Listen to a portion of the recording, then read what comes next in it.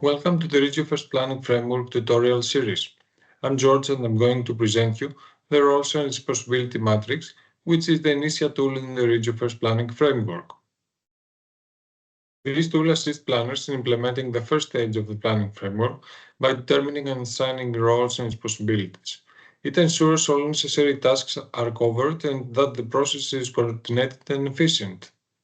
The primary objective is to define the roles and responsibilities of stakeholders actively involved in the planning process by identifying who is responsible, accountable, consulted, and informed for each task or activity during the energy planning process or project implementation.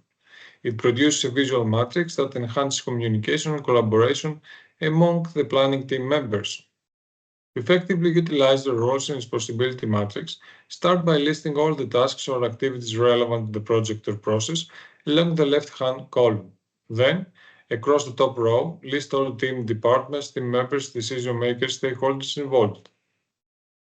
In each cell, use the drop-down menu to assign one of the four AC roles. Responsible, the person or role completing the task. Accountable, the person with ultimate ownership and decision-making authority. Consulted, those providing input or expertise.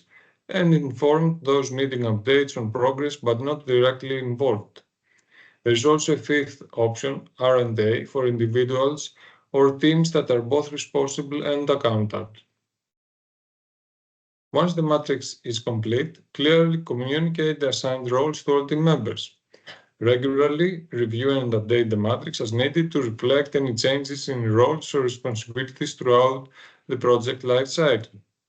An example of how to use this tool is available in the respective tab within the tool. Thank you for watching this tutorial on the Roles and Responsibility Matrix.